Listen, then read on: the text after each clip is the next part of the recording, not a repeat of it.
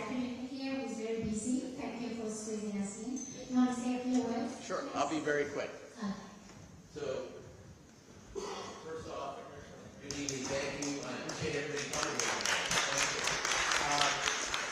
I'm actually going to a town board meeting in Walkhill, which I'm on the agenda at 7:30 tonight. They said, how can you be at the other side of the county? But I'll make it quick.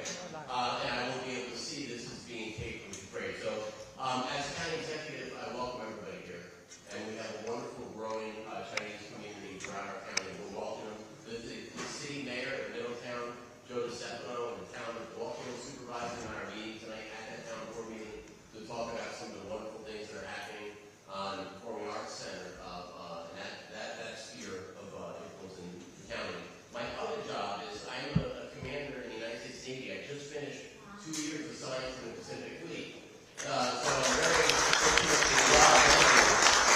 And if you watch the 60 Minutes special on Sunday night, the commander of the Pacific Fleet gave his analysis of what's going on. 60% of the United States Armed Forces right now are assigned to the Pacific Fleet. That's Army, that's Air Force, that's Navy, that's Marine, all our men and women in uniform, 60% of them are assigned to that area. That's how concerned we are about it. And I'll give you a couple quick things and I'll shut up because these guys have much more important stuff to talk about. In 2000, the Chinese military had a navy of 35 vessels. They have over 350 now. They have the biggest navy in the world right now. And the capabilities, again, are not on par with us, but they're catching up. They're 10 years away from catching up to our submarine technology. It's a serious threat. And this is where we take it seriously as a country, whether you're Republican or Democrat. We worry about people. We worry about the people on mainland China. We worry about people in Taiwan. The president of China said that by 2028, we are taking Taiwan and gave military orders to the People's Army to be able to prepare to take that by force. That is a serious threat. The United States made a pledge that they would not abandon them. And so are our allies. So it's going to be an interesting time. We have a lot of immigrants coming from China now. We welcome them in this country. We welcome immigrants that come here legally to this country because they make this country great. But it is a serious threat, and they are serious threats right now. Earlier this morning, Homeland Security called me about one of our biggest healthcare providers in Orange County was being targeted and being held hostage by a cyber attack originating out of mainland China today, taking over a medical complex. Their records said would have all our background stuff depending where they go. So this is serious stuff. I appreciate everybody's interest here. On behalf of the county, I appreciate my residents coming out and hearing this. So I wish you good luck tonight. I'm going to watch it on a rerun because I got to go to a town board meeting, but otherwise, thank you.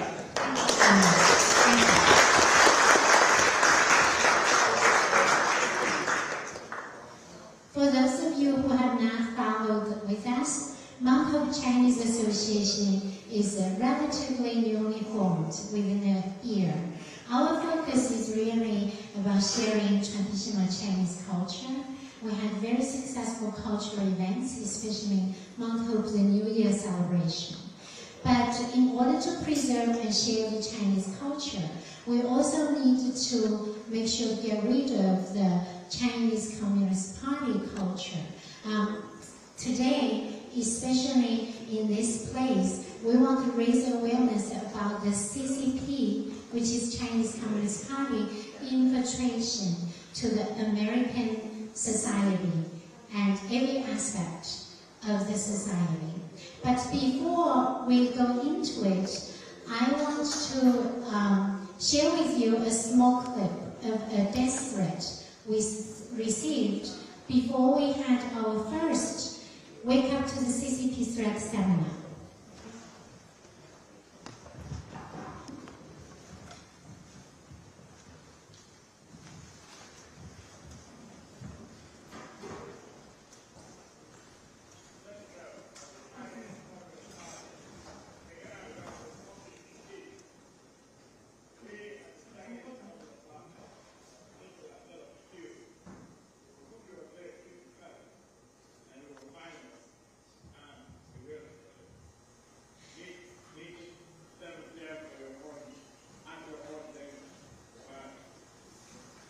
So I'm sorry, the sound is very low. So basically it says, hello, this is the representative of the Chinese Communist Party. We heard you having been talking backward. We, the Chinese Communist Party, have a particular set of skills. We will cook you a great chicken curry. Then we will find you and we will kill you. Meet at 7 at your own danger. Goodbye. We actually contacted FBI. We contacted local police. We got very good support from the local Mount Hope town, and we had a great turnout. From there, we went to Deer Park. We had 300 people showing up. And then we went to Middletown.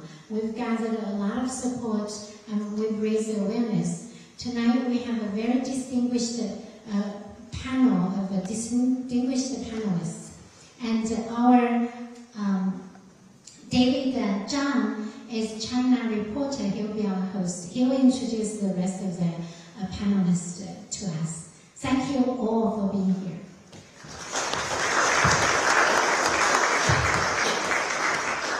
Welcome everybody, and it's my honor to host this event for the first time. And I just want to say thank you all for coming. Just kind of jumping onto the topic of the military threats. I've been covering news for specifically related to China for about a year or so, and I've only seen an increase in the threat level and the aggressiveness across the world. And as you guys might have been following on the news, Russia and China just recently had their 3-day meeting, right? Putin and Xi had a 3-day meeting where they discussed the stage of cooperation, so-called. And let's not forget that Xi just got his third term for another 5 years at least, with 2,952 votes to 0. This is not a democracy. This is not a free country. We're dealing with a totalitarian regime, and clearly we're going to talk a lot about that. But to keep things short, I think you guys have seen what was happening just in the United States in the past few months. A police station set up in New York City.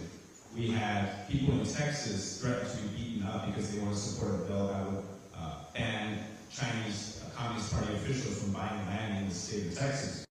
Spy balloons over our head.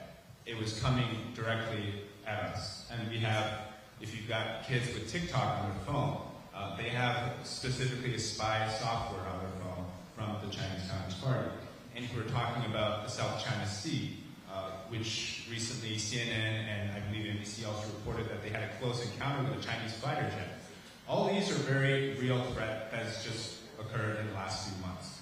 But let me give the more important talking points to my distinguished panelists today. So let me just introduce everybody here. Just next to me is Dr. Sean Lin. He is an assistant professor in biomedical science department at Feighton College in Middletown, New York. And Dr. Lin is also a frequent analyst and commentator for the Epoch Media Group, as well as Voice of America and Radio Free Asia. And Dr. Lin is also a veteran who served as a U.S. Army microbiologist. Dr. Lin is also a member of the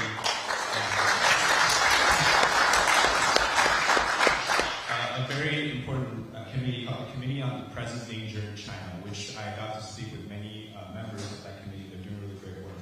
Also, next to Sean is Chris Chappell, and you guys might know him from his YouTube show called China Uncensored, or America Uncovered, right? Yes. And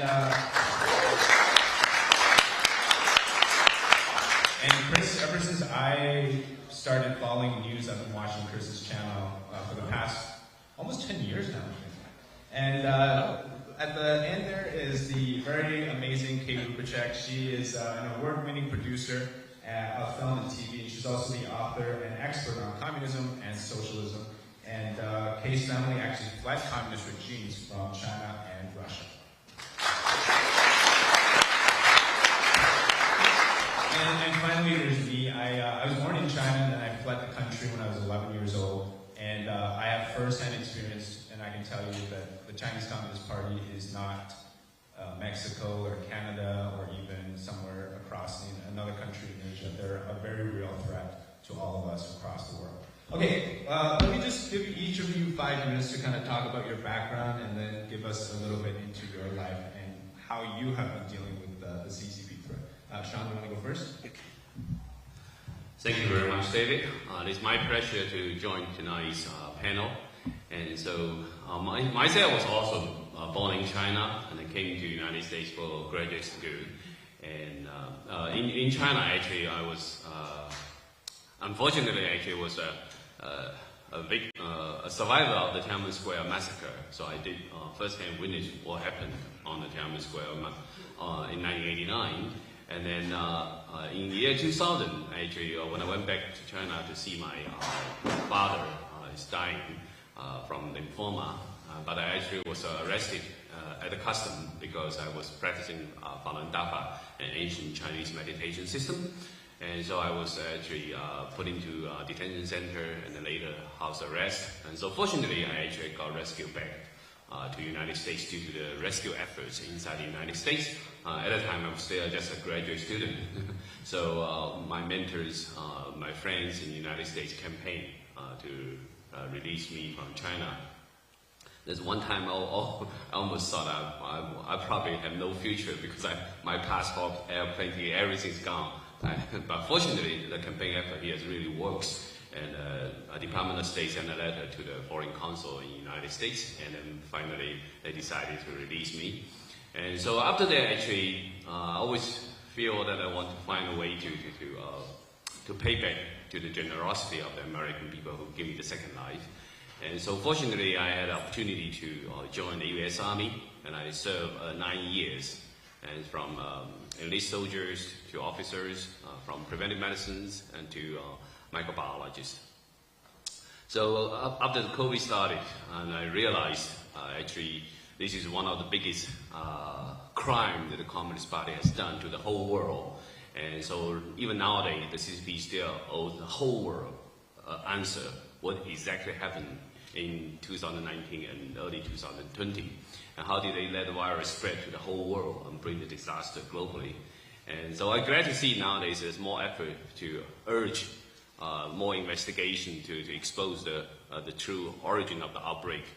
And I think the whole world needs to unite to hold CCP accountable. And I'm glad that we have this panel to talk about how CCP infiltrated globally and what's their aggression globally, and how did they already infiltrate deeply in the United States and many other places as well, and what kind of countermeasure we can do. And I feel it's everyone's responsibility. We are here, and we actually, have the responsibility to safeguard our heritage, our civilization, and our universal values. Thank you.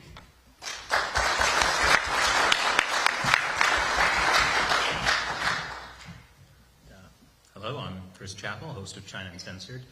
I do want to say that was the first time I actually heard that death threat. I mean, a great chicken curry is to die for, but that's a little too much.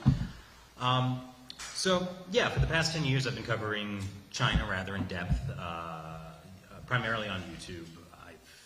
I've been in Hong Kong to cover protests there. I've sailed into the South China Sea under the noses of Chinese coast guards into disputed territorial waters. And the main thing I've been trying to do is just get people to realize the real threat of the Chinese Communist Party. And when I started this show in 2012, this was shortly after the Beijing Olympics, people had a very different view of China and the Chinese Communist Party back then. But tonight we're probably going to hear a lot of really depressing things. But I do want to say, like I've seen over the past 10 years, people have really woken up to what the Chinese Communist Party is. So it is a night and day difference between when I started the show. So I think we really have a lot to be proud of as a country. I'm looking forward to talking more to you tonight.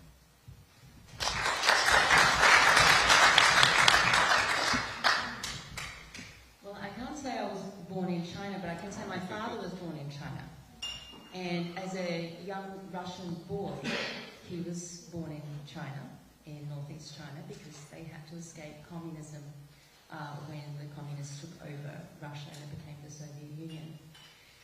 But in China, my family couldn't stay for very long. When my father was 14, he and his siblings and my grandparents were very fortunate to be able to escape because the Communist Party had spread.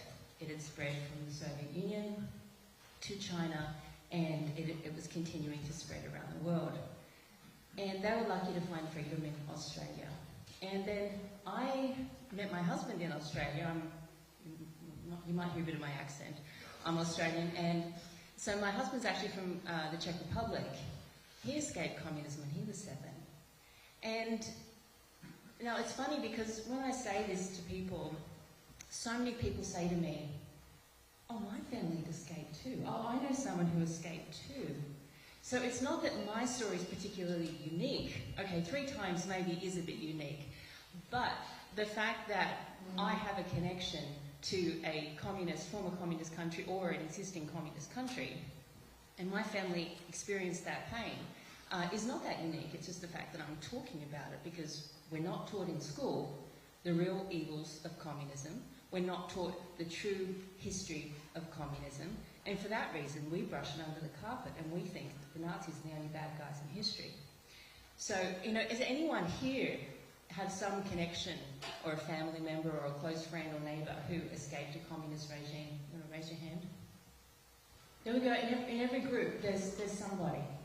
And you'd be surprised how many people around you have some connection to a communist country. Now, I was in my 20s, no, I was in my 30s when I actually really started looking into it closely because my family didn't talk about communism. We just followed the curriculum at school. They didn't talk about communism, so we didn't talk about communism either, even though my family escaped it twice. Only my grandmother did.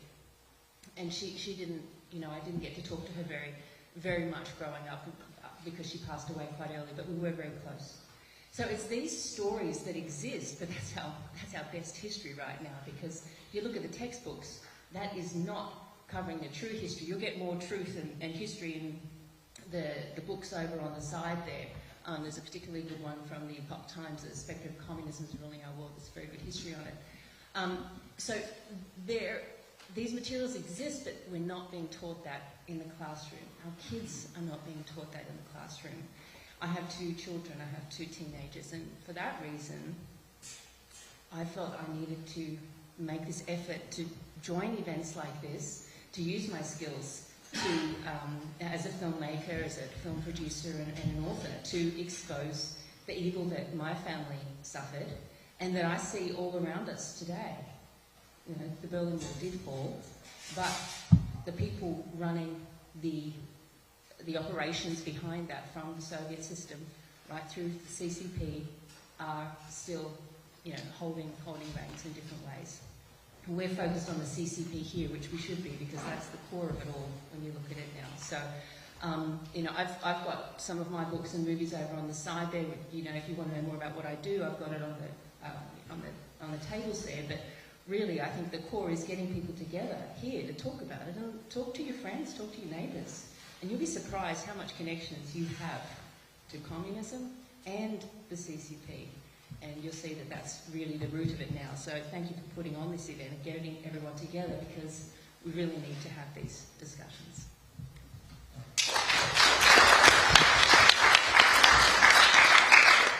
Well, thank you to the 3 panelists for telling us their story. And speaking of communism, I think it's a great to our first topic today, which is, if you've been hearing down in Washington, D.C., they're talking a lot about this Chinese Communist Party being an existential threat to America. So I thought I'd ask Dr. Sean Lin, you know, when we say that they're the existential threat to America, how does that actually materialize? Like, in what aspects are we talking about? And how do they exactly threaten us here in the U.S.? That's a very big question. So, I think it means the threat that the CCP brought to us is not something latent, it's not something in the future, and it's already happening right now, and it's actually still escalating. And so we actually see, right, as David mentioned earlier, the last few days Xi Jinping has meeting with Putin, and so Xi Jinping wants to disguise as a peacemaker, a negotiator for the Ukraine and Russia war. But what's his true purpose? So basically, his fundamental goal is to create a new world order. He wants to disrupt the world order that the United States lead after the World War II. That's his fundamental role. That's why he also brokered a reconnection between Iran and Saudi Arabia, right? Because he wanted to act as a negotiator. He wanted to present himself to the world stage after he got his eternal leadership. He could become eternal leader in China all the time. Right? So that's his long-term ambition, and that's part of his motivation. That's why he wanted to conquer Taiwan. He wanted to show the Chinese people he had the power. He can change the course of the country as well as change the course of the whole world. And he wanted to manifest in different ways. So I think we right now are at a stage that no one should have a false illusion about the Communist Party. And I'm glad actually David mentioned about the select committee in the Congress, in the House. And the name actually specifically mentioned about CCP. It's not a select committee on China. In brief, we always say select committee on China, but it's actually focused on the Communist Party. It's about a complete competition, right, against the Chinese Communist Party. And this is very important because it highlights the difference between the Communist Party versus China versus Chinese people. We need to make that clear distinction. And that's why we also need to make a clear distinction that Xi Jinping does not represent the Chinese people. And he even probably does not even represent the whole government body as well, even though he had the position for all the government top leadership, right? But we need to understand the Communist Party hijacked the political system in China and making Chinese people as slaves. And imagine if Xi Jinping got the power to create a new world order, he become the world dictator and he will control everyone's life. How do you think? How do you run your life? Right? So that's Communist Party idea. So even from very early when the Communist Party took over China, they had a mission to long-term mission is to liberate the whole world with the communism. Right? So it's embedded in their blood, and just the very, very frequent failure of the Communist Party made them have to temporarily put that goal down. Right? But now Xi Jinping feels he has the power, he has the support of some of his allies from Iran, from Russia. He wants to change the world order. So I think we need to understand his motivation, and then we need to think about how we deal with this kind of situation. And at the same time, I think the Select Committee on CCP actually definitely highlight the urgency that we need to face the threat of the Chinese Communist Party. They have been waging the unrestricted warfare against the world for many years. And the top two Chinese senior colonels already wrote a book in year 2000 about the unrestricted warfare. So more than 20 years has passed. And the Communist Party has already adapted this doctrine for a long time. So nowadays you see the CCP threat is such a comprehensive coverage of all domains. So whether it's traditional, you can have the nuclear threat, you have the traditional military threat, you can have the bioweapons, you can have chemical weapons, but at the same time they're running the information war, cyber warfare, just like the Steve Newhouse just mentioned, right? And also they're running legal wars, economy wars, and also the United Front deep infiltration in the United States. There are all kinds of tools they've been using to threat not just the United States, actually the global community. So we need to understand they can use any means possible to reach their goals. And so that's the concept of unrestricted warfare. They can do anything. So nowadays, like the Select Committee on CCP, one of the main targets is to ban TikTok. Right? But the TikTok, the social media, is also one of the main tools the CCP actually very aggressively use to get information from worldwide citizens, and then how they can manipulate the discord in the United States, and how they manipulate the information that people will receive. How do they shape your thinking, shape your mind, or even influence your election? All these tools Right? So this is one example that they can use all kinds of ways to launch this unrestricted warfare. Even when I was in the military, I was very surprised. It's not just one or two times. Many times I received email from Chinese company because I was doing next generation sequencing, right? So they want to collaborate with me. I was a U.S. Army officer, and they want to get to the U.S. soldiers' health data through me. Right? So how do they get my information? How do they collect these kind of information?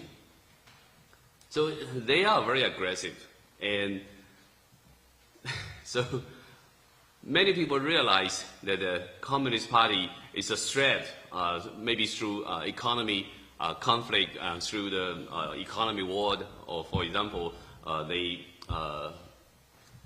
very aggressively, even recently, selling so much U.S. treasury bonds, taking advantage of our current financial situations. There are many situations people can see, but there are many things the Communist Party did and are still doing, we just didn't realize.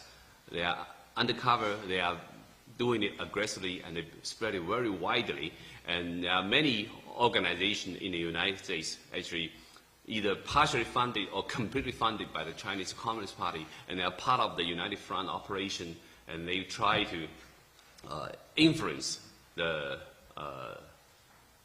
even the election in the United States. Even, for example, there's a university in Wuhan, actually one professor there actually create a database to help the Democrats actually run the elections campaigns in Virginia. They pinpoint each district. How do you run it? How do you target different ethnic groups? And this data actually was analyzed in China, in Wuhan. So you probably didn't realize there are so many ways they can influence the United States politics, how much influence they can get. And then so much financial institutions, so many banking systems still want to go into China because they feel that's an emerging market, right? But I think this is actually a wrong concept. So I'm talking about the threat so much right now, but I think at the same time we need to understand the CCP is at its most vulnerable state. And actually this is the most important time that we actually can stand together, we can stand strong to actually deal with the threat very strongly. The Communist Party is not as strong as it appears. It's a paper tiger, and the economy situation is so bad nowadays, especially after Xi Jinping's zero COVID policy. It pretty much bankrupts China's economy in many aspects. Even just recent data released by Chinese Ministry of Treasury, they already point out there are significant drop of import, export in China, and one of the main topics in China nowadays is unemployment rate is sky high. In many of the big cities, so many people cannot find job, and also had a huge population deaths due to the zero COVID policy, the huge population loss. And actually, Chinese government is the first time acknowledged they have a decline of the of their population early this year. So there are many situations pointing out that the CCP is actually very vulnerable, but on the surface, they act very strong. So it's exactly like the paper tiger. And so hopefully, through tonight's discussion, we can, have to see more about the Communist Party and see how we can deal with the threat. Thank you.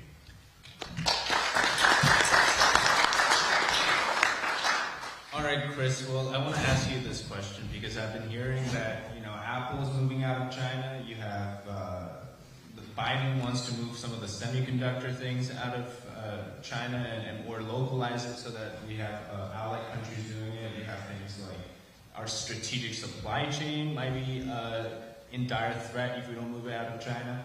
But I thought for 20 plus years that China was our best trading partner, it was our friend, it was our market to go to, it was Wall Street's best friend. Did we actually benefit from trading with China all these years? All right, let me put it this way. Can I get a show of hands? How many people watch the Super Bowl this year? Okay, a fair amount of people. That means I can use sports jokes tonight. Well, so if you watch the Super Bowl, you may have noticed there was an ad for something called Temu. Nobody has heard of Temu until somehow they had enough money to have an ad during the Super Bowl. Well, it turns out Temu is owned, it's established in the United States, but it's owned by a Chinese company called PDD Holdings. They also own a Chinese version of Temu, essentially, called Pinduoduo. Funny enough, today, Google removed Pinduoduo from the App Store because it was malware the whole time. So, Temu, its whole thing is that it offers incredibly, like, you can buy anything you want, super cheap from Temu. And it's only been around for 6 months. It has the money to be on the Super Bowl, and it's already beating Amazon and Walmart in terms of app downloads. And this is a problem for at least 2 reasons. Number one, it's making me feel bad for Amazon and Walmart. Number two, it's the sign that America cannot compete with China because China has weaponized its economy to undermine and destroy the United States. So what is Temu's whole thing? So China, the Chinese Communist Party, controls the Chinese currency, the yuan. They keep it artificially low, so manufacturing is cheaper and easier in China. This has resulted in the manufacturing in all countries, not just the United States, going to China because it's cheaper. Now, we're completely dependent on an authoritarian regime for most of our stuff. They also make manufacturing cheaper in China because they use literal slave labor. They have re-education through labor. They also have just plain old ethnic slave labor. That's pretty cheap, paying people nothing. You can't do that in America.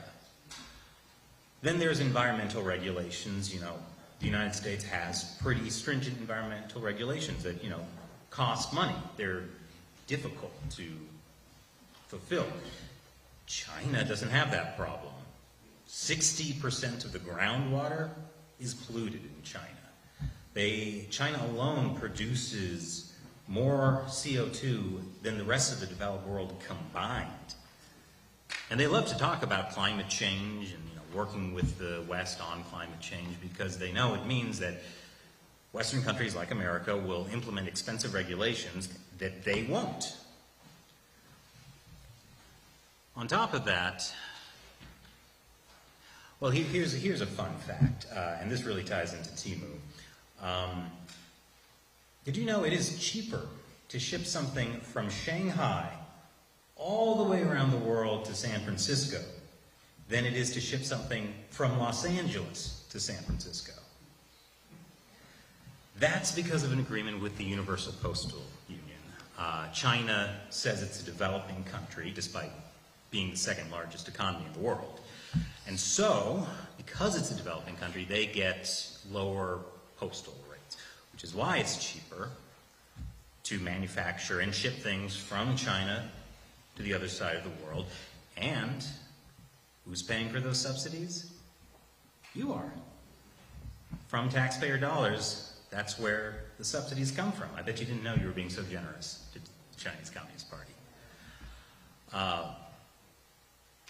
So this is why the United States cannot compete with China, because we think we're playing on a level, even fair trade playing field, when they consider themselves at war with the United States. They're fighting a war, we're just trying to do business. That doesn't work out very well for us. And one thing I would like you to walk away from tonight with the understanding of is, you know, David, you said, like, well, isn't China our best trading partner for all these years? Like, this was an idea of how to engage with the Chinese Communist Party. It's called the Engagement School. It kind of got its start with Henry Kissinger. It really reached its climax with Bill Clinton. Probably shouldn't use that word in the same sentence with Bill Clinton, but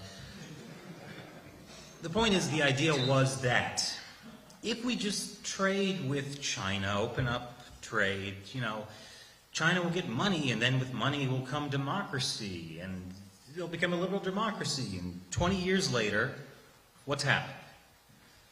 American manufacturing has been gutted. Our whole medical supply chain is dependent on the Chinese Communist Party. That really came back to bite us. And the problem is that there are still people who believe in this engagement school, who will say, like, we have to work with China. Our economies are too intertwined. You have to work with them on climate change, because my goodness, climate change affects everyone, especially since China is doing most of it for us. And it always comes back to the idea that, you know, the real problem is America. Americans are essentially fat and lazy and stupid, and that's why there's these people talking about competition with China. We should work harder. There was a New York Times editorial. This was the opinion of the New York Times. I covered it recently on an episode, where they're saying that, yeah, it's essentially America's fault. America needs to invest more in, you know, education and basic research. And that sounds reasonable, but, like, what is investing in basic research going to do? China, intellectual property theft costs the U.S. $600 billion a year. That's another thing that makes manufacturing cheaper in China, is they just steal all the technology and don't have to put money into research and development. So this is not an issue of some kind of Cold War mentality, or that, like, a small number of China hawks have taken control of the government. As I was talking about earlier, more and more Americans know what is happening. A recent Gallup poll showed that only 15% of Americans have a favorable view of China. That's the lowest it's been since the Gallup poll started in the 70s. And we see that when the American people start demanding things, the government changes its policies. Policies have been changing in the government. And, you know, some people, especially a lot of big businesses, kind of resent the fact that the American people are getting in the way of their profits. So, when you leave here tonight and you go out and you start to, if you hear people arguing these things about, oh, you know, we need cooperation, we need to work with China, just remember what they really are saying. The Chinese Communist Party is a Marxist-Leninist regime. It says so in their own constitution, and they consider themselves at war with the United States. We don't do business in Iran. You get sanctioned if you do. We should not be treating a regime that is currently waging genocide and harvesting the organs of prisoners of conscience. We shouldn't treat them like a normal country. And just for all the haters in the room or watching online, I am talking about the Chinese Communist Party, not the Chinese people themselves. They love to use that excuse. Oh, it's racist. You're racist. That was a recent line from Justin Trudeau, Prime Minister of Canada, after a lot of information came out about how much China has been influencing their elections. So, also watch out for that line. If you see people criticizing the Chinese Communist Party is racist, don't listen to those people. Thank you.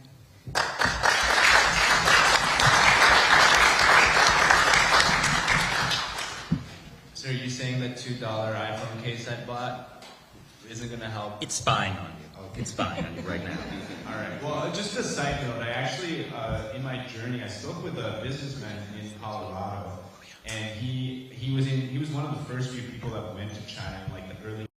It was just reaching that opening market period, and he told me that he made a lot of money. And guess how much money he took back to America? None. So, anyways, Kay, let me ask you this. We recently saw a balloon that flew over continental United States. It came from Alaska down through Canada, down to, I believe, Montana, and then it made its way up to the Atlantic Ocean. The Chinese Foreign Ministry spokesperson, a lady, was telling us that the balloon is for weather research, that it had nothing to do with military aspects of the People's Liberation Army, which is the Chinese military. Are we to believe that the CCP is telling us the truth, and this is simply one of those weather balloons that we can research how America is doing with tornadoes? That's a really good question, David. I think that's the epitome of it's, they just downright lie. They just lie. And it's actually normal for communists to lie. That's what they do. You know, they say anything to achieve, the end justifies the means. Lie, cheat, steal, kill. It's not a problem. And so yes, they lied about the weather balloon. They said it was a weather balloon, and then the US shot it down and found it's not a weather balloon. Oops. Oh, there's no apology. Then they blame us and say, well, you've got 10 of your balloons over China. We've never complained. Come on. They really do think we're stupid. And that's where they're wrong. And that's basically how we win, is not falling for their lies.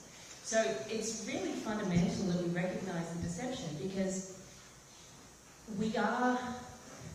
So I've interviewed more than 100 survivors of communism, but also, particularly from the Chinese regime, but also perpetrators from the regime, former officials, former Chinese Communist Party officials. Quite a few of them didn't want to talk to me. They said, well, you're white, you're young, you're female, you know nothing. You would never understand what we've been through, what we have to do, and how we think. I had to work my way to get them to talk to me. And I did. I got a lot of them to talk to me. And I think because of my background, and because I had prepared, I was able to get in the door, get a foot in the door, and get them to sit with me. But even then, I was still shocked by what they told me.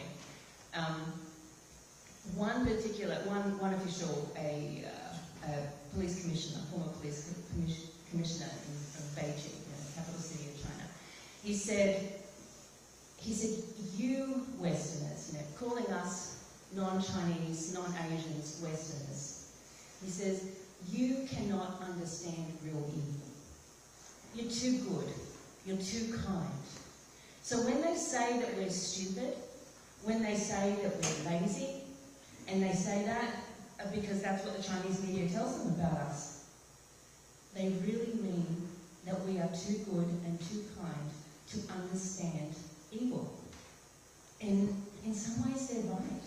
And that's a reality we have to wake up to, and that's part of why we need to have these, these seminars are helpful, and all the discussions that people have about this topic is because that's what this regime promotes. And they don't just promote it, they do it.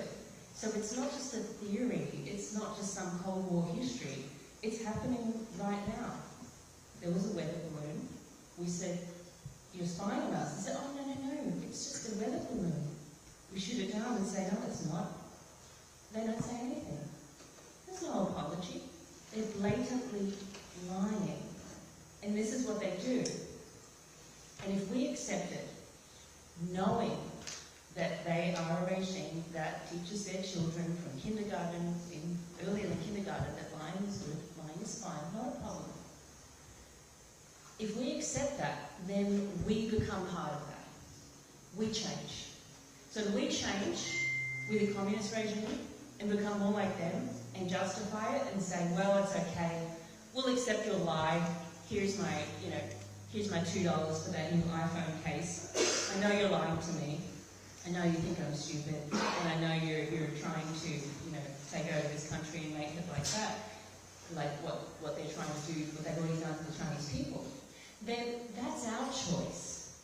So if they take over us and we unknowingly get taken over, well then we didn't know. But the reality is that we have an opportunity to know, and then it means we have a responsibility of saying, I don't want those lies, I don't want to pay for the crimes, I don't want to be part of your crimes. It's a criminal state. As Chris was saying, it's a criminal state. We're dealing with a criminal state in China. The CCP is a criminal state. And so when we give them our dollars, we vote with our dollars. You give them your money, you're paying for them to continue lying. As a mother, I have to set rules for my kids, and it's hard. It's hard. You have to set the rule, and you have to say, you have to follow through. Any parent knows that it's hard. You set a rule, and then and then they break it, and the kids will push a little harder, and you just want to back down. But when you can hold your ground on the things that really matter, then you see it when your kids grow up. You see it when they hit teenagers, when they hit, my son's just turning 20. And now I can see that those times when I really held my ground paid off. That it's really hard. And we've got to do that now as a country, and as a community, in our communities, in our neighbourhoods, in our families, in our family units. Communists target the family units. When you see what's going on with sexualization of kids in schools and things like that, don't forget who's behind it. That's a Marxist-Leninist strategy. That's what they're doing. They want to break down the family, they want to take the parents away from the children so that the state controls the kids. Next generation, what do we have? Just what Lenin said, give me one generation and I'll rule them all. Not exact words, but I don't want to quote them exactly anyway. So you get my point. I focus more on the psychological impact of what the communists do. Because these guys are awesome at doing all of the kinetic war and all of that that's coming along, and I think certainly as a female, we're more connected to that, sometimes to that emotional side. I see the impact of communism on people, on their lives, those who've been able to survive and get through it, and those who've been destroyed by it. And now we see it on a massive scale across the whole country. And we forget, we often forget what is the real cause of the chaos going on in society. You look deeper and you realise it's because we pay for it. We give them our dollars. We allow them to treat us so poorly. That's not how you treat a fellow human being. You don't put them into slave labour. You don't go and pay for lying and reward lying and cheating, killing. We have to draw a boundary. So at least being aware of it means that you have a sense of responsibility, but I think this is a historic time to live in. America's in a very historic time now. What are we going to do? Everyone knows. You can feel something's in the air. You've got to do something. So you have an opportunity. And I think that's where the CCP threat is real, and it comes through our dollars, it comes through kinetic war, it also comes psychologically, not just through TikTok physically, but also in our brains when we start to accept and say, by accepting the communist regime as it is, we are accepting Marxism, Leninism, that ideology into us. And if you want that, your choice. If you don't want that, you have to recognise it and say, that's not for me, I draw the line here. And I think that's really where what we have to do, and I feel that that's something I'm doing for myself. I'm seeing it happen, as these gentlemen are saying, we're seeing it happen. So we need to be positive about it. There are changes, and we can make those changes. Those changes are happening, but we are a part of it. It's not just a matter of waiting for the federal government to do something. You vote with your dollars. You have a lot of things you can do, but being clear in your mind about what your values are and standing up for those, even if it's just in your own home, that's already makes a significant difference. So you don't want to underestimate the power of yourself, because it's the communists that tell us we're stupid or that we're lazy, but they're wrong. So really, we just have to make sure that we don't fall for their lies and believe them. So I think that's fundamental.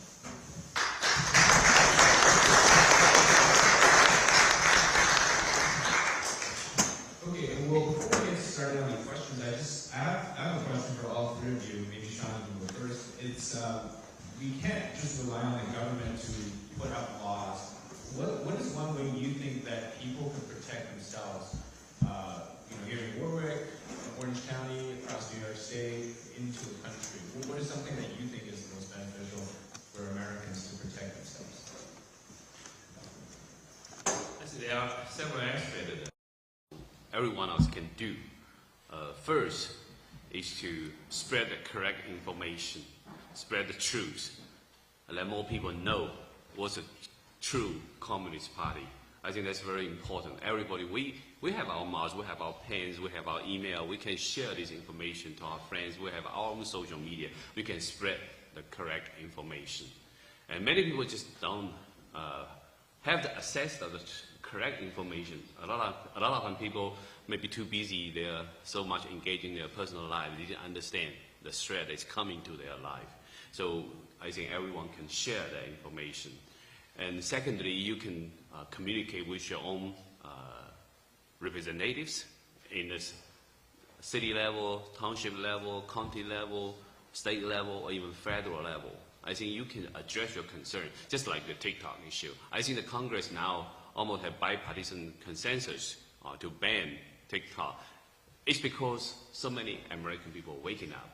So people are very upset at how much time that their children were addicted to TikTok and how much they can influence children's thinking. Right? So people get fed up with the apps. And people realize the harm they did to the people. And also another example, you probably know that for military and also veterans, your retirement saving plan, the street saving plan, TSP, was investing in Chinese company in defense industry. So basically, we sponsor the Communist Party to make weapons against ourselves. Right? So when these information got exposed, many veterans speak up, and so they actually bring some states actually stop to send like their pension funds to invest in this kind of so-called MSCI index, emerging market index, because they didn't know they are directly invested actually into the Chinese company in the defense industry. And then the same for the TSP, right? So veterans speak out, and then federals actually had regulation to do that. So it's very important that we have the grassroots efforts. We realize the threat is facing in our life, brought by the Communist Party.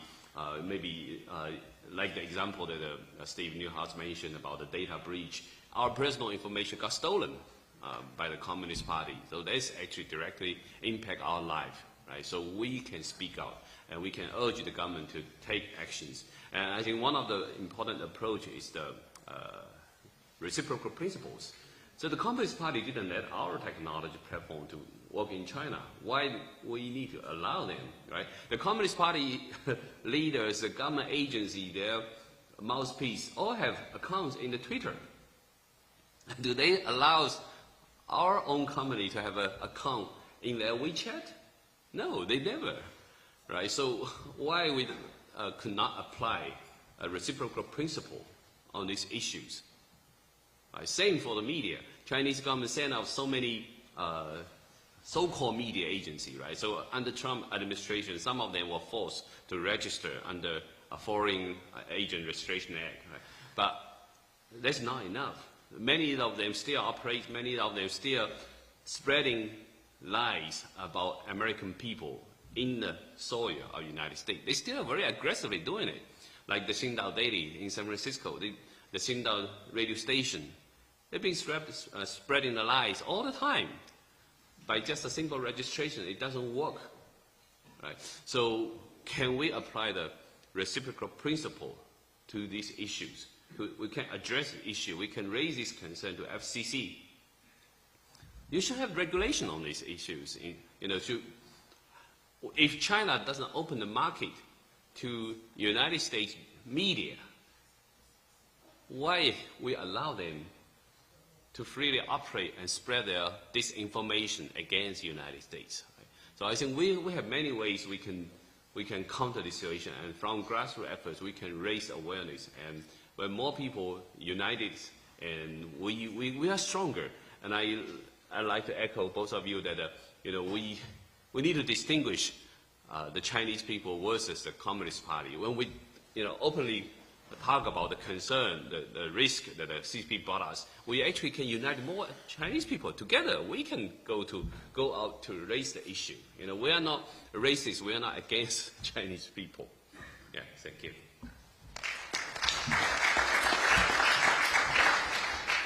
All right, before I let Chris answer the question, I just realized something that Sean said.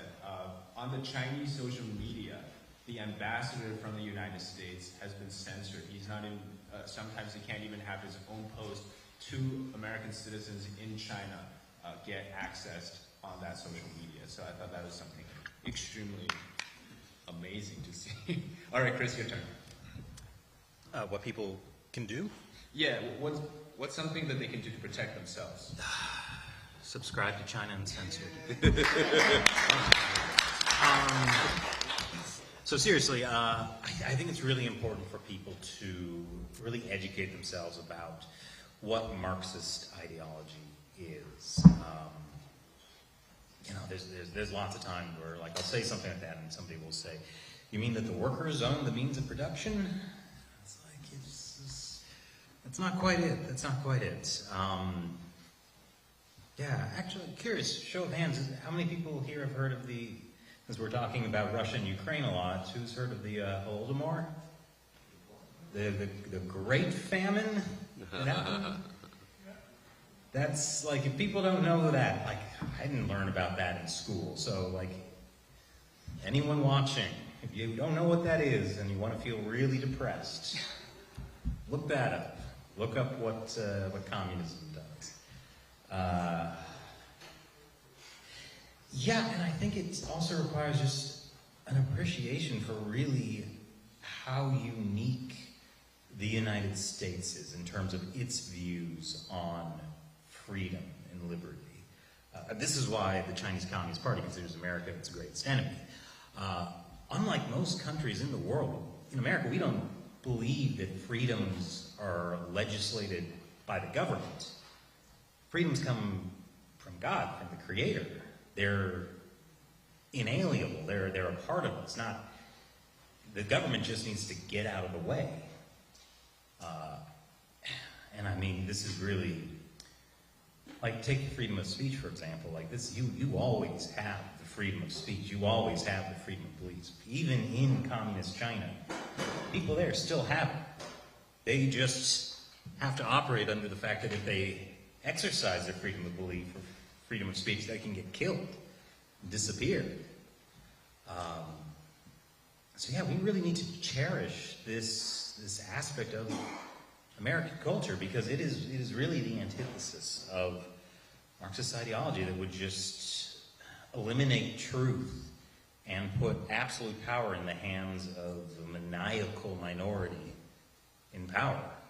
I mean, this is what you see in communist regimes, just the most brutish, thuggish people seize power, through violence usually, and surprise, they don't care about creating a great equal society.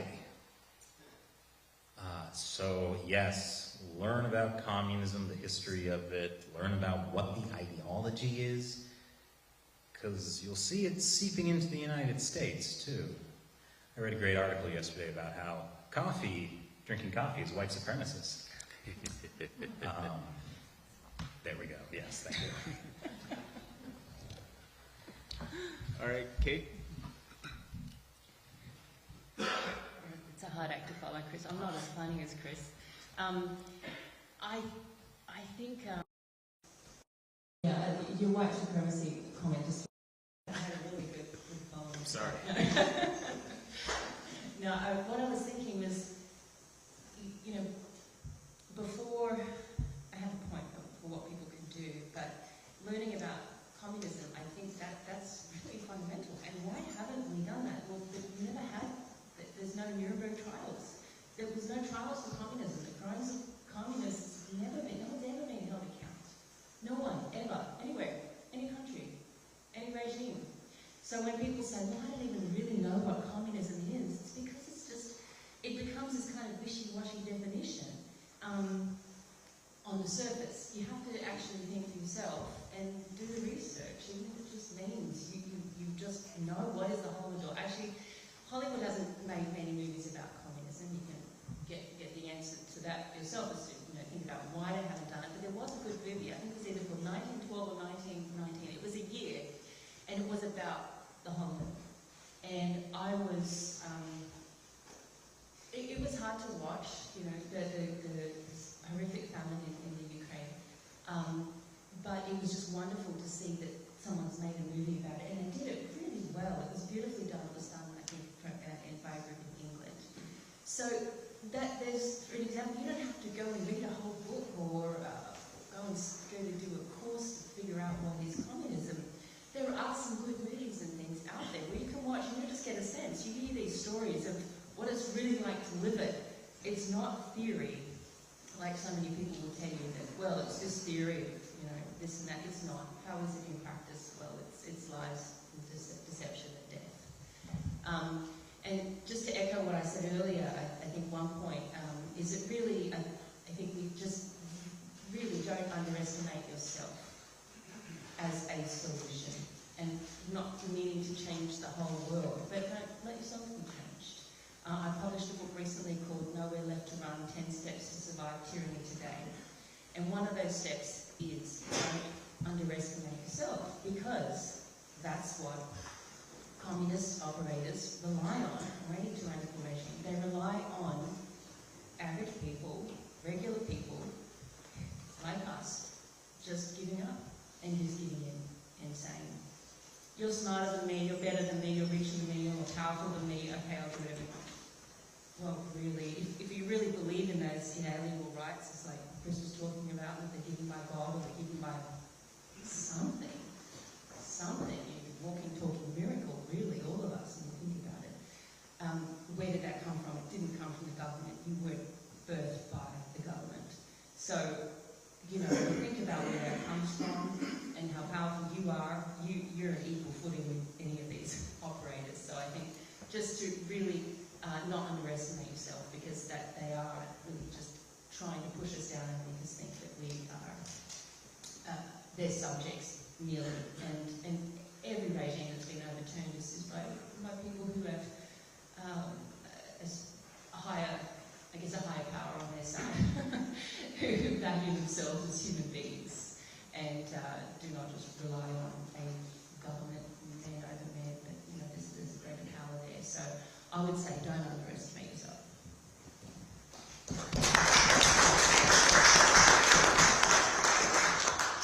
All right, well that's it from us, and I want to, okay, to the floor for questioning. Just a reminder though, we're trying to keep it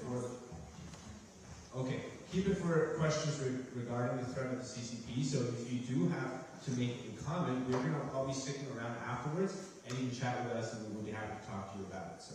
Yeah, and before we go to open to the book floor, I want to welcome Bill and Brian to say a few words.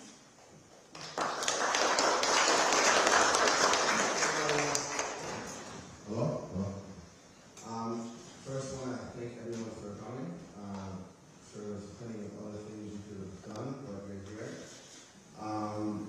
And thank you to Noah, who has given me the opportunity to participate in something I'm very passionate about, which is educating people about everything that's being discussed tonight. So I'm just going to say two things, and I'm going to introduce Bill. Speaking of what you can do, I would say don't stop here. Leave, tell other people what you've learned tonight. Watch other documentaries. If you like newspapers, I wouldn't suggest the New York Times. They're a good customer of theirs. Is the Communist Chinese Party. If you look at the fine print, so you got to kind of weigh it out. I'm sure they have other good articles. So I would suggest the Epoch Times if it was a newspaper. And Epoch. And also,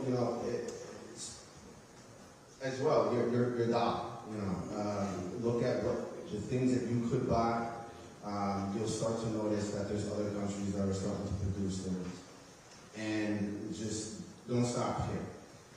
So I'd like to introduce Bill Fanos, who's on the school board, with a few words to say.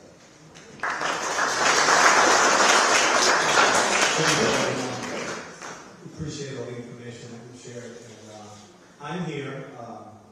I was elected to the World School Board 2 years ago. I'm not representing them, so I just want to make that clear. I'm representing myself. However, I think tonight we heard a few common themes, and one of them surrounding education. Education. I don't think we have enough education, right? Has everybody heard that this evening? Education. Well, the communists have always understood that education starts at a young age, and that's why they have youth education camps, right? We, in the United States of America, we have those inalienable rights that we're talking about, right? Life, liberty, pursuit of happiness. Liberty speaking, especially, and freedom of choice, right? And that is antithetical to a communist regime. My father worked for a defense contractor, so as a young boy, I recognized that we had an enemy, and that enemy at the time was the USSR, and they were the Communist Party. And unfortunately, I think now that we've engaged in business and we've attempted to bring this idea of democracy to China under the guise of business, now we have put ourselves in a position where those two visions, communist vision, right, which is totalitarian nature, and liberty, do not exist in the same space. One has to give, and we're starting to see that. And I think it's important to recognize that students, what can you do? You can teach your children. You can run for school boards. You can ensure that the direction of the curriculum recognizes that over 100 million people died under the rule of communism. And oftentimes with family, because when you take the means of production, right, and you tell somebody, hey, you have to become a farmer, and they say, well, I used to be a shoesmith, and they say, well, Communist Party says you're going to be a farmer now. They may not know how to grow the vegetables, right, and people die, and that's the way it goes. So I think this is important because she just had that summit with Putin. And the quote that came out on Hot Mic was this: now there are changes that haven't happened in 100 years. When we are together, we drive these changes, she said. Show of hands, I don't need to put anybody on the spot, but let's see how many historians we have here. What happened 100 years ago? 100 years ago? 100 years ago. What is she talking about? Or what do we think that she is talking about?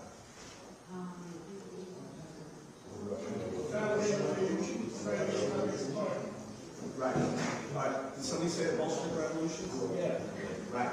The Bolshevik Revolution ended in 1923. When I say ended, it means they took over from that point on. It's 2023, 100 years later, right? You have the old Communist Party, Putin, who was engaging the operative, and now he's engaging with the new Communist Party. So I think that it is very important for us to educate our children on the threat of communism. And I have a friend in the room tonight, Adrian Vetter. She's going to be running for the World School Board. So she's also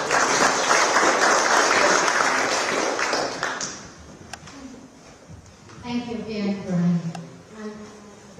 Can I add one suggestion actually? So there's a foundation, Victims Memorial Foundation. So actually now they offer courses for middle school and high school teachers and to educate people what exactly happened in many of the communist countries or socialist countries, and the history, the ideologies, and how do you distinguish it. And so I think that's one of the courses I think many of your teachers may be interested in. Thank you. Okay, so we're going to have the mic go around, and if you guys just want to raise your hand, and I can pick on you, and we'll pass the mic around, okay? Yeah. Yeah, you can go first, and then, sir, in the... Anderson. Keep press the top Push button. Push it all the way up. Please help me. This one.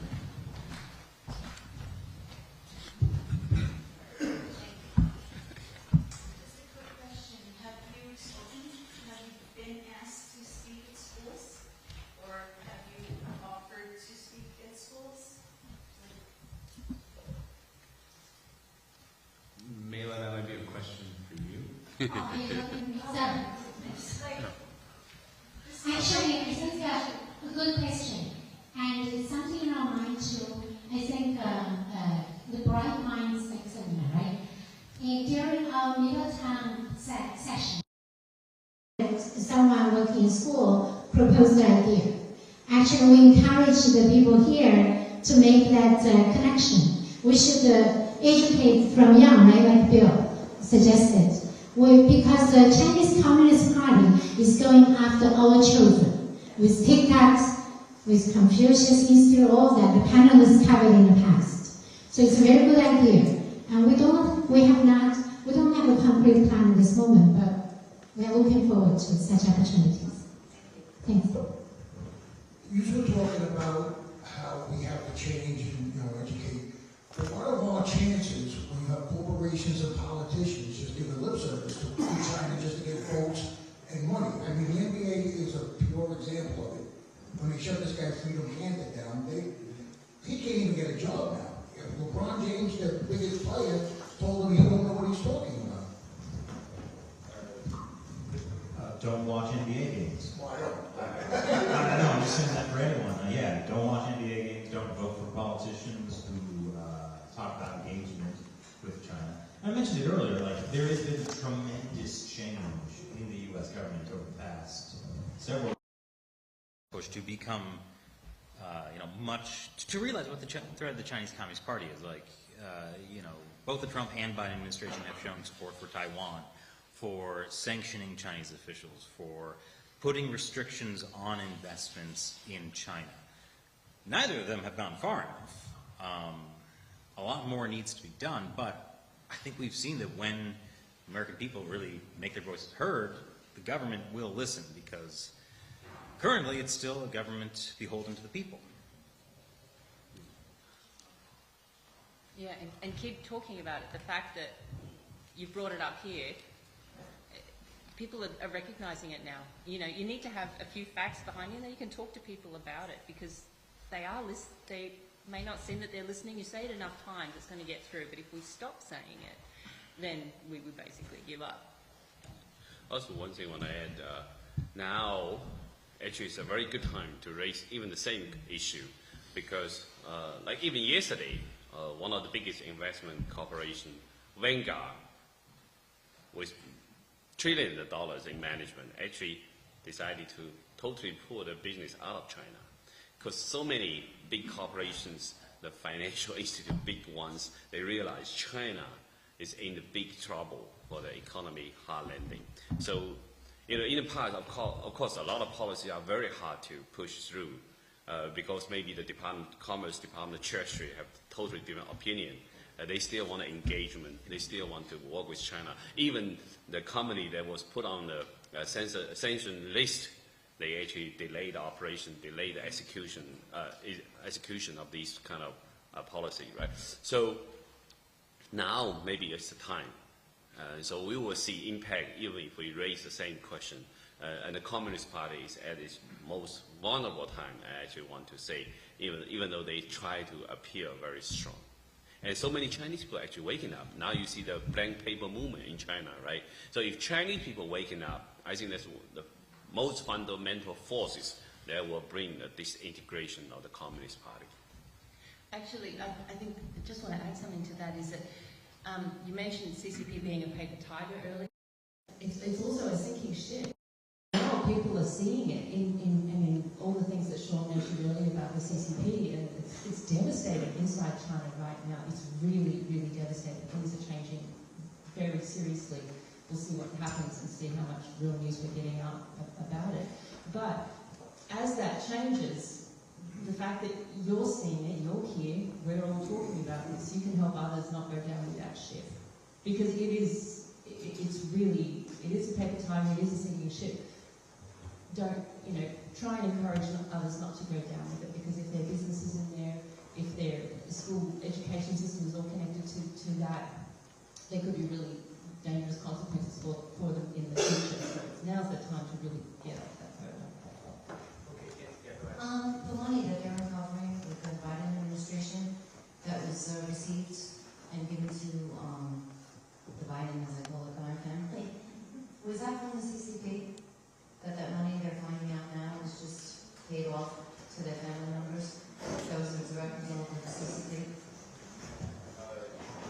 Yeah, pretty much, because one of with Biden's family, with Hunter Biden, was actually a petroleum company led by a Chinese businessman.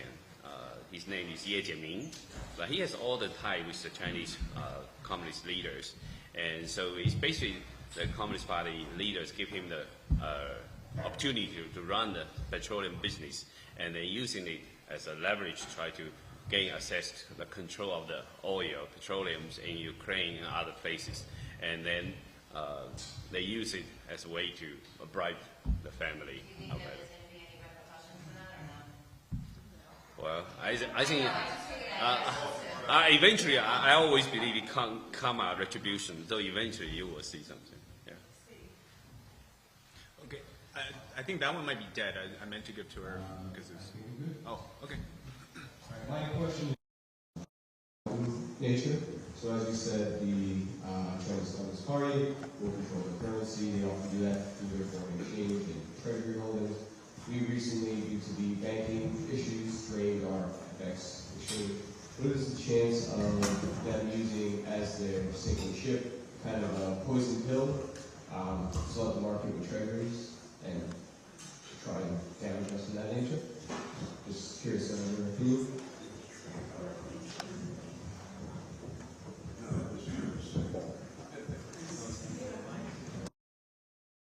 That's an interesting idea. I think I will actually have to look into that more.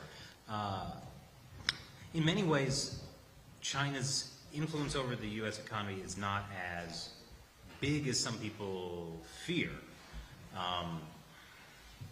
So I think it would be difficult for China to actually just like take everyone down with them. But that's an interesting idea, and I think I will look into it. So subscribe to China Uncensored. But I think at the same time, it's really tricky for Chinese Communist Party to do that. And that's also one of the reasons that Xi Jinping visited Saudi Arabia, and he insisted on the Saudi Arabia handling the petroleum business trade using the renminbi, the Chinese currency, right? So he still understands the Chinese economy is still weak. The renminbi is not the exact currency in the certain sense. It's just like coupon. So the Chinese people are using it. So, but he wanted to push the renminbi to the world. And now with the U.S. Financial crisis, let's say this way, and of course they want to take advantage of it and how much they can sell.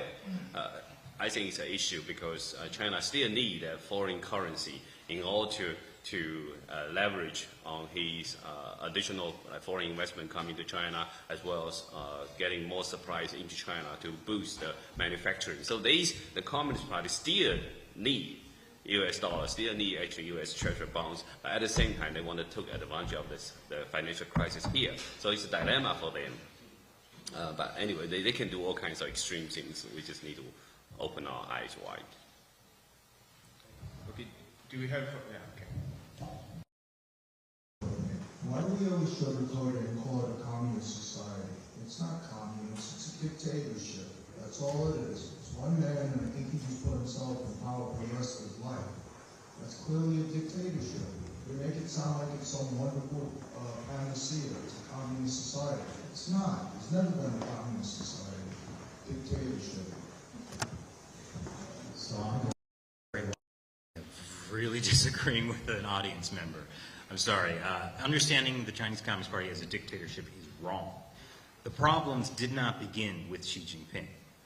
The problems have been there all along. If Xi Jinping is gone, and some people are arguing this, some people, there was this thing called the Longer Telegram. It was basically suggesting that the West should try and get Xi Jinping kicked out of power, and then, hey, with Xi Jinping gone, he's the bad guy, right? And then we can all go back to doing business with China because then there'll be some other Communist Party official in charge and it'll be fine. That's a huge piece of propaganda that lots of people, lots of Xi Jinping's enemies who are also horrible communist authoritarians would love to see happen. Calling it communist is exactly right. Communism is a great evil in the world. It's a system that gives all power to this ideology and this regime, and it usually just chews through people. Occasionally in a communist society, there will be one person who rises up to be a powerful leader temporarily, but more often than not, it's a succession of people in a constant state of power struggle. China today is run absolutely in a communist fashion. I hear a lot of terms in the New York Times editorial I just mentioned earlier. They refer to it as state-backed capitalism. That's communism.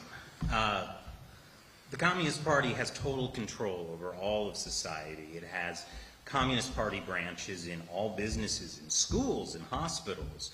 The communist ideology is ruthlessly taught and enforced at all levels of society. It's not just a generic dictatorship. You know, I mean, you can't compare it to, like, Iran or any other dictatorship, any of the other dictatorships in Africa or around the world. It's a very specific thing, and labeling it communist is very accurate. Yeah, so sorry to disagree on that point. I mean, I think in general, we know there's a problem, and that's the biggest thing, because there are some people who say there is no problem, or it is just this one guy, and if we got rid of him, then everything is fine. And also, can I ask you a question, right? So, if you are a citizen in a dictatorship, if you want to practice your freedom of speech, you say something against the government, what will happen to you? Probably dead. Mm-hmm. So what will happen in an education camp before you're dead? Okay, what will happen in there? Brainwash you, torture you, and then whatever. So what's the purpose of brainwashing? What's the purpose of brainwashing? They want their point across. They want to brainwash people. They want them to think the way that they think. Okay. Why they want you to think in the way that they want to think? Because they're dictators, and that's what they do. Okay. So, I get you. So inside the communisms, there's another layer. They can transform a people, right? So forcing you to believe what they believe is one thing. So in the last 20 years, it's commonly practiced in many prisons in China. It happened to many prisoners of conscience. They want you to write repentance letter. They want you to give up your own belief, right? And then it doesn't end there. It doesn't end with physical abuse. It doesn't end with brainwashing. They want you to change your soul. They want you to become party supporter, right? And then they want you to become a werewolf for the Communist Party. You will attack anyone who criticizes the Communist Party. They want you to betray your soul. So my point to talk all this to you is that the Communist Party is actually aimed to destroy your soul, destroy your spirit. They are not just interested in your body. Of course, they can use organ harvesting to take your organs, but that's not just part of it, right? That's just part of it. It's not the ultimate goal. The ultimate goal of the Communist Party is take your soul, control your soul, transform your soul. You're like a walking dead body. They can easily manipulate your mind and make you worship their leadership, make you kowtow to their leadership, and you become their tools. So the Communist Party is way worse, much more vicious than the regular dictatorship. A dictatorship, very easy. If you don't listen to me, I kill you, I cut your head off, that's easy. But for the Communist Party, they will try all kinds of ways to change your soul. There's one fundamental difference. Yeah, just a quick point to add to that. I mean, George Orwell is one of the best experts on this. And I think it's really telling in the book 1984 how it ends, and so spoilers alert if nobody has read it yet, and they should. At the end of the book, the main character, he's been tortured, psychologically manipulated, but they don't kill him. They don't kill him right away. They just brainwash him to the point where the last thing that happens in the book is like the party wins its war or whatever, propaganda thing. And the book describes like he's so filled with love for the party. That's when they kill him. Because it's not just about controlling people, it's about like the total whole body and mind and soul ideological infection. What to do? Read Orwell. He knew what he was talking about. Now, when you're asking that question, I was actually nodding because I think a dictatorship, at the surface, it's at least it's a better way for us to understand the CCP. But I agree with everything that these gentlemen are saying. It's so much more than just a dictator, and it goes well beyond one man at a podium. And I think that's the critical part. But language, the Communist Party seeks to control language. They change language. You would have noticed over the last few years, even our American English language has been changing. There's new words coming into the language. You look at how does that language, where did that word come from? Did it really come from a social movement? Maybe. Did it come from a political ideology? Did it come from someone with political motivations? Did it come from Communist Party ideology? Likely. So language is really, really important. And so getting to know these terms and being able to say, well, and debate, say, is it more like a dictatorship or more like a this or this or that? China itself calls itself the CCP says they're heading towards communism and that they're a socialist state. But I agree with Chris that they are a communist state right now, and this is what communism really is, because communism is not a utopia.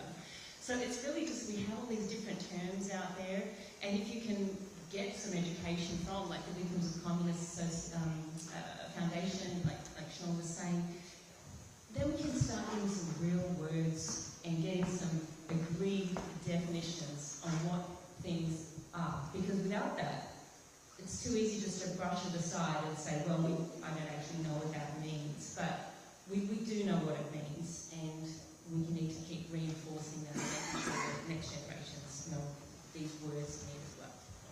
Gentlemen, yes, sir. Podcast this up I've been listening to, they talk about that there are two of the largest ports in the United States, one on the West Coast, one on the East Coast, are currently owned by basically companies for the CCP.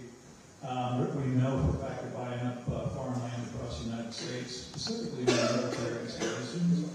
And the other thing they were talking about is the CCP having police stations here in the United States, the police, Chinese, people that are here in the United States. Can you guys confirm that? There was actually an NYPD officer that was on TikTok, and he said it was a Chinese national, how after they come back here, they will face punishment, and he's an active employee of the NYPD. So that's, of course, the police station is another thing, but who wants to answer? Yeah, I interviewed a former Chinese police officer.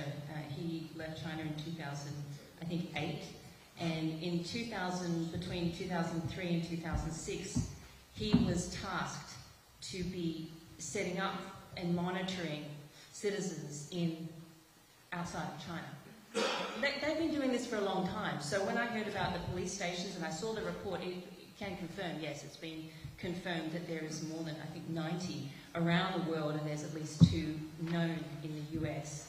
And so they exist, but they're not a new phenomenon. They didn't suddenly just pop up. The CCP's been working on this for more than a few decades. Sorry, there's one thing I just realized. I spoke with a Michigan state senator. He told me that when he went to go speak with his constituents at events, Chinese Americans, there were people there watching over the Chinese Americans, telling them not to tell the state senator whatever it was. And this was before COVID, and then when COVID happened, they stopped doing these events. So now the Chinese nationals, they have no way to connect with an American official to tell them exactly if this is some type of a transnational oppression of their freedom of speech in the United States or what. But that was about a year ago, so I'm not so sure what's been happening. But yeah, this is happening in every state. And also they set up these police stations in the name to provide this additional service for Chinese nationals or immigrants in the United States, right? They say, especially in New York, so many Chinese people actually have to wire the money back while they're working hard in Manhattan, right?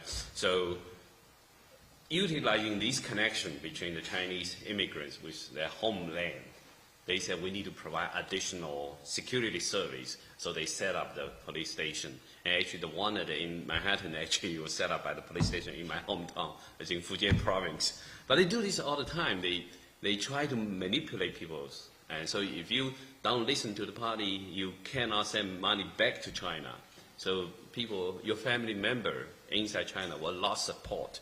So that's how they manipulate the Chinese people. They've also arrested, I think it was more than 100, thousands of Chinese nationals they have arrested in these countries using the police stations as well. So it's really being used in a very, not how we would expect them to, sort of just offering extra services that we would expect, like from a, yeah, gentleman there. You have not been kind to China. Yes, economic problems, but they have had so much flooding, so much drought, even locusts. If great gorge dam ever busts, it's going to be devastating to many Chinese people. The government doesn't, compensate these people. These people are on their own when they have to leave the location. So I don't think everything's hunky-dory, and yes, they're dictators, but they don't control nature. Anyone want to respond to that? Well said. Yeah. I understand the long reach of the Chinese Communist Party. I understand what they're doing to people, even in this country.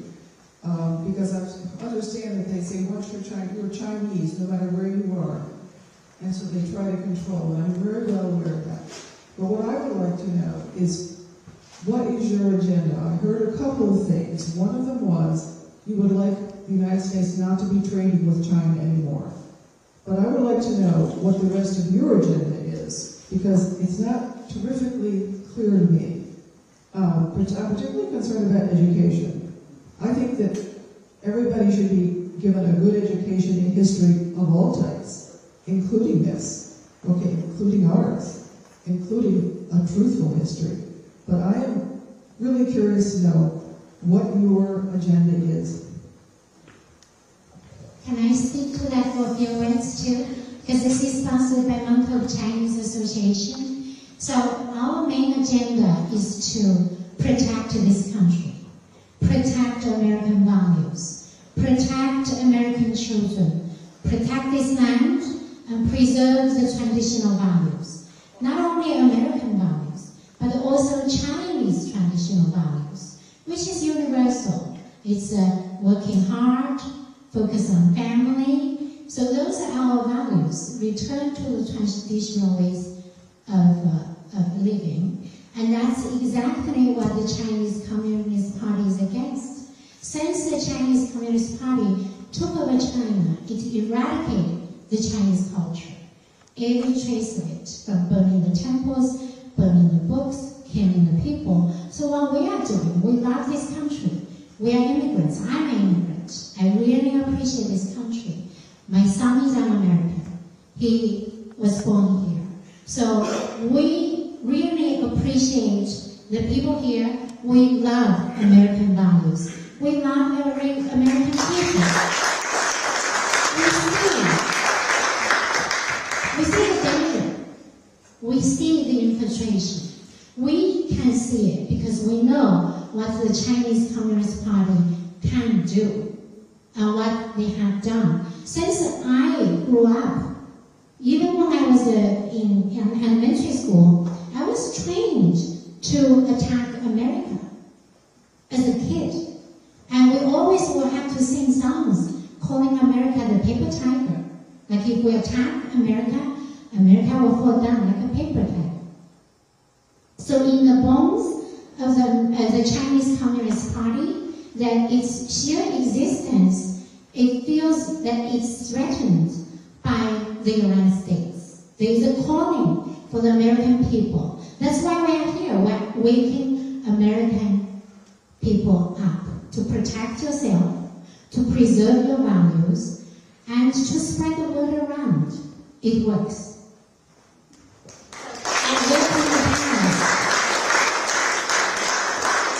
Just one point.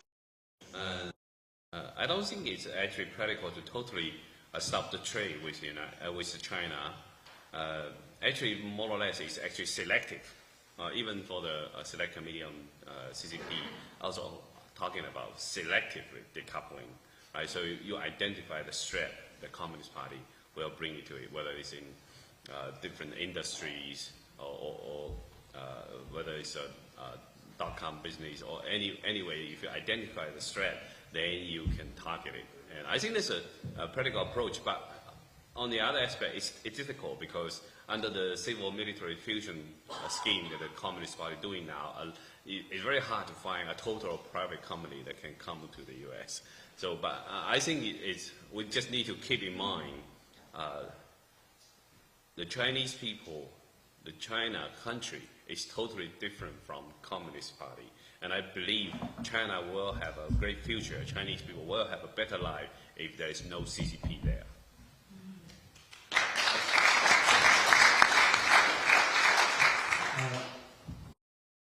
You told that the Chinese Communist Party. Can you address the way in which multinational corporations in America and the American government work together to move manufacturing out of this country into China, using slave labor so that we can get cheap goods and become a consumer nation and dependent on the Chinese government? We're now dependent on the CCP for most of our manufacturing imports. We make very little here, and how that helps build this issue. Could you address that more? A bit about this in my introductory speech. Yeah, like a big part of it was what happened during the Clinton administration and shortly after, where China got access to free trade with the United States, access to the WTO, the World Trade Organization. And yeah, I mean, it's a mystery to me if the people who were pushing this idea of engagement with China, if they really believed it. Like did Bill Clinton really think China would become a democracy because we trade with them? I don't know. I can't answer that. I don't know. I mean, I know Senator Biden voted for it along with a lot of other people. So yeah, it's a mystery of, like, was it a cynical ploy to just get some people rich? Did they believe it? And it sounds nice. People get rich, they'll demand more. That's why it was so convincing to so many people. It sounded like it made sense. It just, the problem was people didn't understand Marxist-Leninist ideology. If they did, they would know that you're just kind of feeding the beast. Yeah, and I mean, again, I'm trying to keep optimistic because I've done this show for a long time, and plenty of times I've been very, very pessimistic. But things are changing. Vanguard, you mentioned Vanguard. People, governments and corporations are beginning to wake up to it, and it's led by the American people. Because if you tell Apple, I don't want iPhones that might be made with Uyghur slave labor, they're going to move their manufacturing. Because they know that then becomes a liability for their bottom line. And just at one point to add, the period that Clinton oversaw the WTO membership in China, it wasn't just the president on this side. It was a lot to do with what the Chinese Communist Party was doing at the time. They were appealing very lucrative to Western capitalists because the leadership that was in power at the time, they had a famous slogan. It was called "Stay quiet and make big money." And the point was, we attract a bunch of foreign investors to come to China, and that money doesn't actually get to the people. It goes to the top brass of the Communist Party officials. I read this blog yesterday on Chinese social media. There's this one guy that works for a rich family, likely a CCP official. That family spends 30,000 yuan a day on keeping their private garden lit up with Chinese incense. 30,000 yuan a day, that's what, about like $1,000 US dollars, something like that, like $800 US dollars. Can you imagine a Chinese official spending $800 US dollars a day just to lit up their private garden? That money, China has a huge wealth disparity. The former premier of China said at least half of the Chinese people are still living below poverty. There's a huge inequality. So they didn't really give the money to the people. It was just for their own greed. Question? Yeah, I just want to thank you, first of all. I heard about this here tonight is because 2 years ago, a very large Christian university commissioned me to produce a documentary on China. And we did it. It was 2 hours, and it was very in-depth, and it opened my eyes. I was convinced at the end this is the number 1 or 2 issue that we're facing.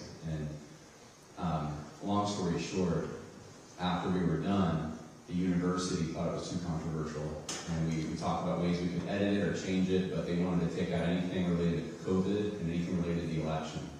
And I just said, we don't have a documentary if we do that. And so I tried to get the rights, and they won't sell me the rights. So I'm redoing it on my own dime. Trevor Loudon's helping me.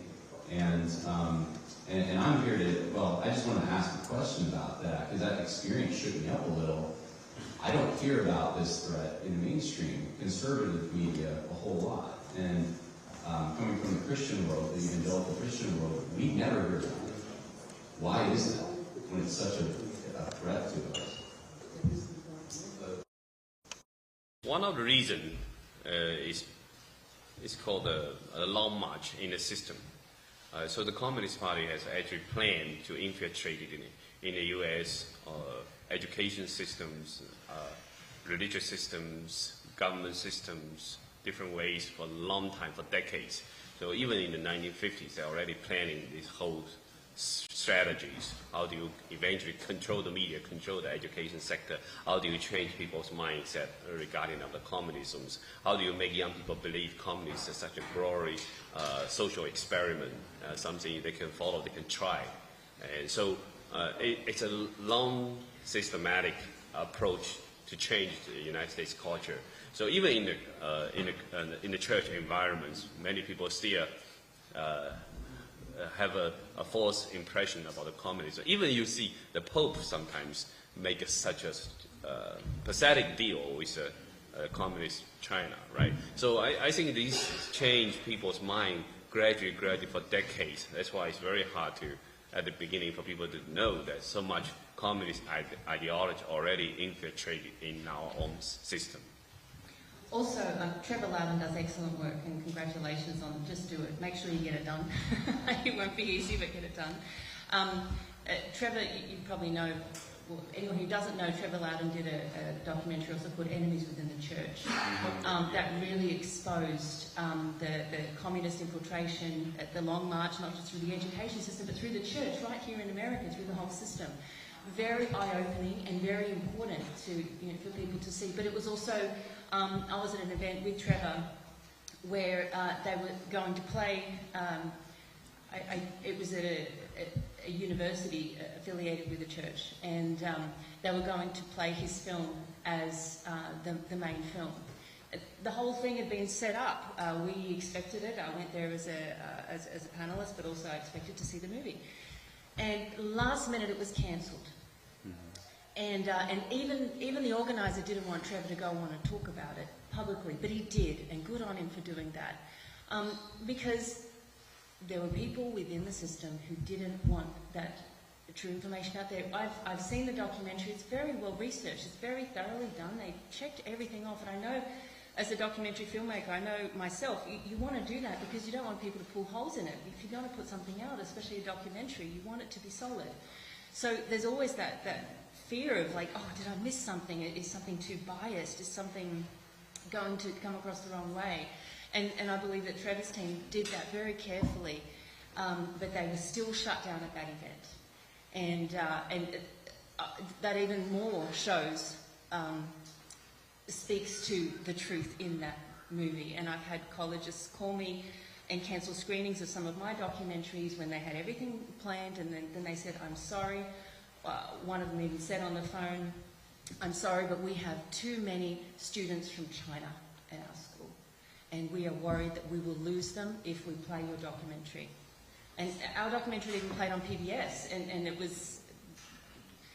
So anyway, yes, the college system, you need to ask questions and look at who's making those decisions, who's behind those decisions, and ask questions. I don't want to say point blank, anyone's this, that, or the other.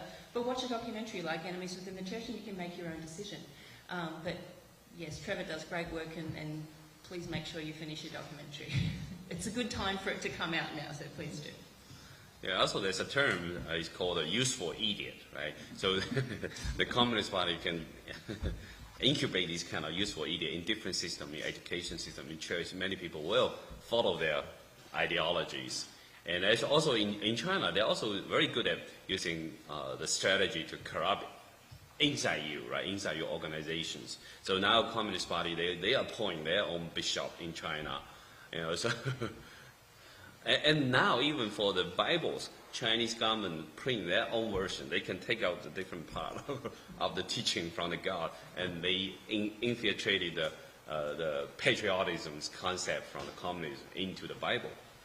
So after 1 or 2 generations, the young kids may not know exactly what the gods, want to teach people.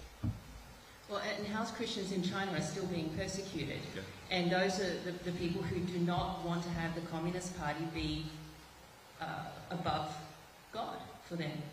And whereas other people say to me, oh, there's freedom of religion in China, because we saw this organization and there's a Buddhist group and a Christian group and there's all these people there. And then, but I asked them, go and have a look. Where do they place their deity, their God? And it has to be, all of their people are appointed by the Communist Party. There must be Communist Party members within and organised. They must report to, and essentially the party is above God. So there's compromises there, but house Christians and others are being heavily persecuted for maintaining their faith in those ways. So there are some that are not allowing, not reading necessarily the CCP Bible version, but it is, the censorship happens all across the board there. All right, last question from the... 2 more? Okay. Yeah. So down. Hi. I used to live in Woodbury, where I wrote a column for my local newspaper for several years, the Woodbury Gazette. And in that column, I had a Christian editor, so he let me write about God and communism and whatever I wanted to write about, which was wonderful. And I wrote many articles about how the underpinnings of the United Nations are communists, and the first 2 presidents were communists. And that's where Agenda 21, which turns into Agenda 2030, comes from. That's where the ESG, ratings come from. That's where our net zero comes from. It's all from this United Nations and UNESCO. Sorry, do you have a question? Or? Yes. Okay. Sorry. Are you doing anything to encourage the United States to withdraw from the United Nations and especially the WHO in light of the fact that they're trying to remove our sovereignty through their treaty negotiations? Pretty urgent, actually. I think more people need to voice out to against the new amendment that the WHO will push through. And the new amendment will actually give WHO a lot bigger powers, actually infringe our sovereignties. And so if the amendment was passed through, then the WHO Secretariat will actually have the power to declare public health emergency just based on his own decision. He doesn't even need to consult the expert group. He doesn't even need to consult with the government on the ground. And even just with small incidents, he can declare there's a potential threat for pandemic spreading. Then he can declare public health emergency of international concern. Then if these amendments passed by many countries, were forced to actually adopt to it because it will be legal binding. So this is actually pushed very, very strongly, very fast in the last few months. And very pathetically, this original amendment was actually raised by one of the U.S. government official in the Department of Health and Human Service. Thank you. Oh, sorry. Yeah, just to add, I'm just a local citizen. I'm here because I know Mela and I really support what this organisation is doing, and I think this is a really important topic. Yes, I do write books and put movies out on this topic, but I'm not a politician. So I think and I can't speak for these guys here, but I think it's, what are we doing about it? I think, well, we're having this discussion. That's a starting point.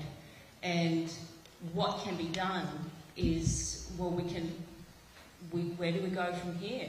I think education is part of what I'm doing, and I think what we're all trying to do here, and not to say that we must rely on the politicians to make those changes, but I think the fact that you're asking that question means you're thinking. People are thinking and asking these questions, which is, I think, is exactly what we need to be doing as to how we get the politicians to suggest they take this or that action. More needs to happen, but I think this is a starting point.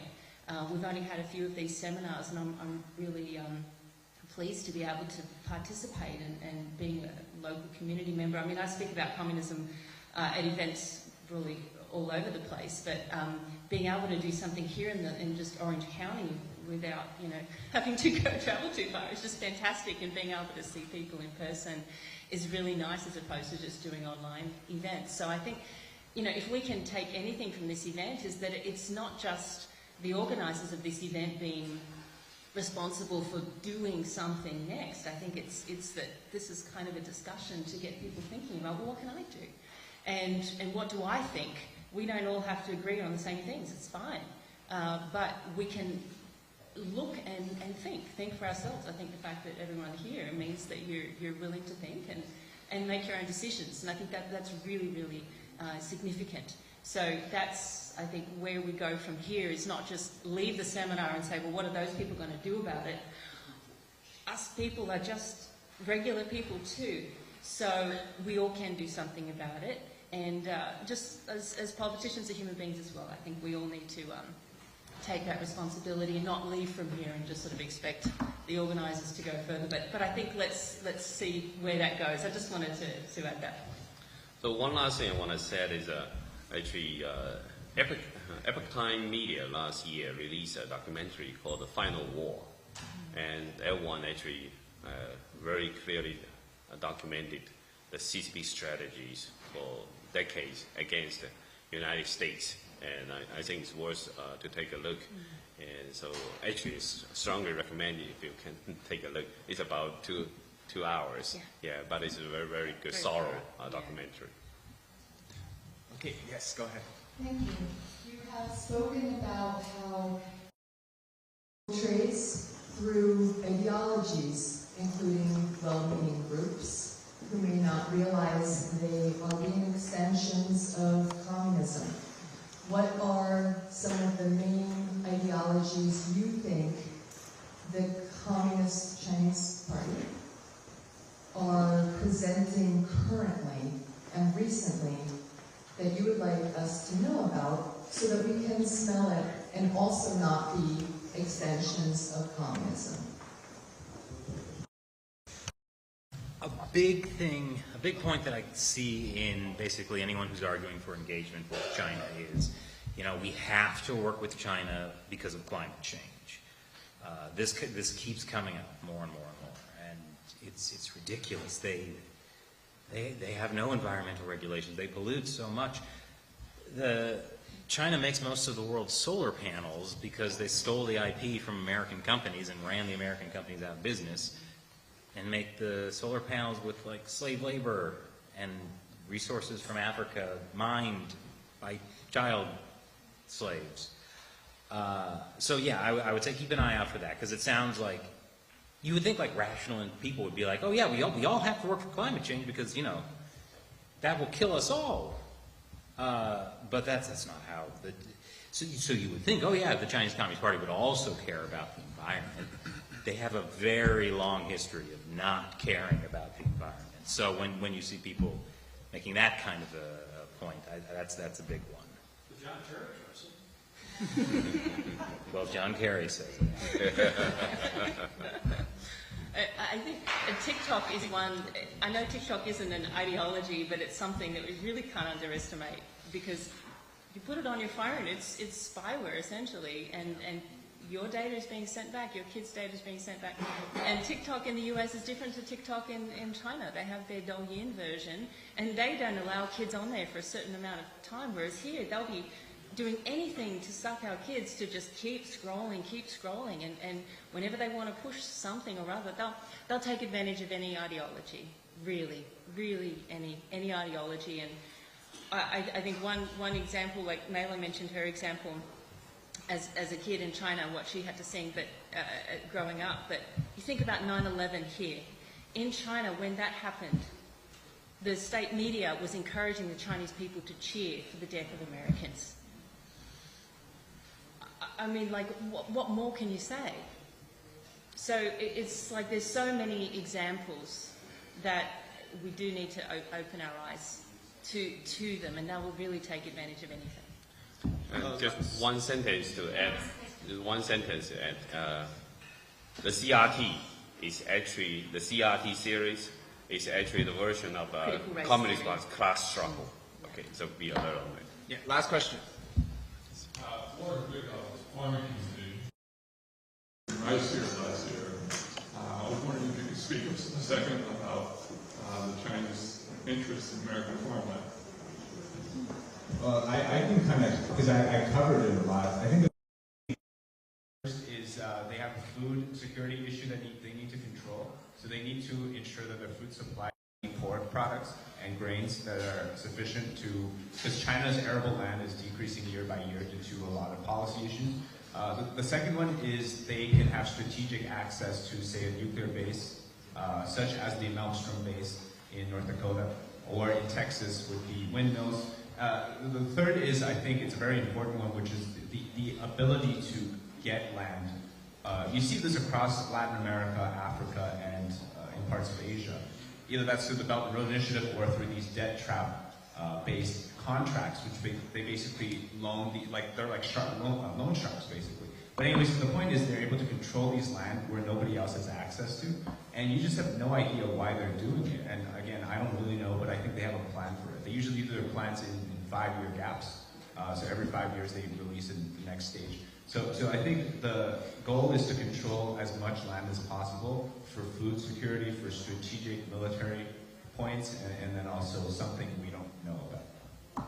Okay. This is a great evening, and to include all the questions, the raised hands I could see. And for those of you who have questions, didn't get a chance, wait for the next seminar. If you have any leads for more seminars, venues, suggestions, do what Brian did. And also, we will have a wonderful cultural event May the 27th in Mount Hope Chinese, Mount Hope Town. I see my friend there. And so before everybody mingle, please give a loud round of applause to our distinguished speakers.